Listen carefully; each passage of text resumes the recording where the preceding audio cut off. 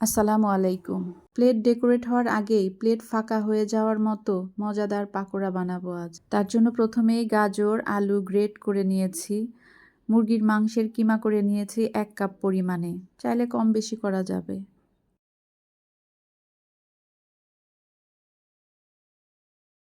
পেঁয়াজ কুচি, মরিচ কুচি, স্বাদ মতো লবণ, আদা রসুন বাটা, গরম মশলার গুঁড়া, প্রয়োজন মতো আটা, কর্নফ্লাওয়ার, অল্প পরিমাণের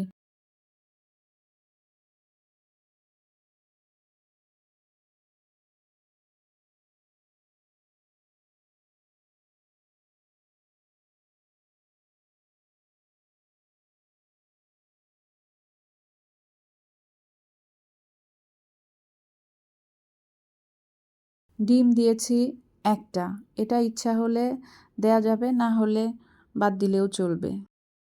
1 চা চামচ পরিমাণে লেবুর রস দিয়েছি।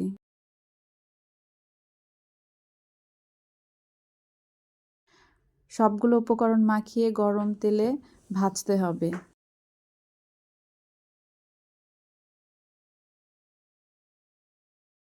পাকোড়াটা ঢেকে ভাজতে হবে, কারণ এখানে মাংস আছে সেজন্য।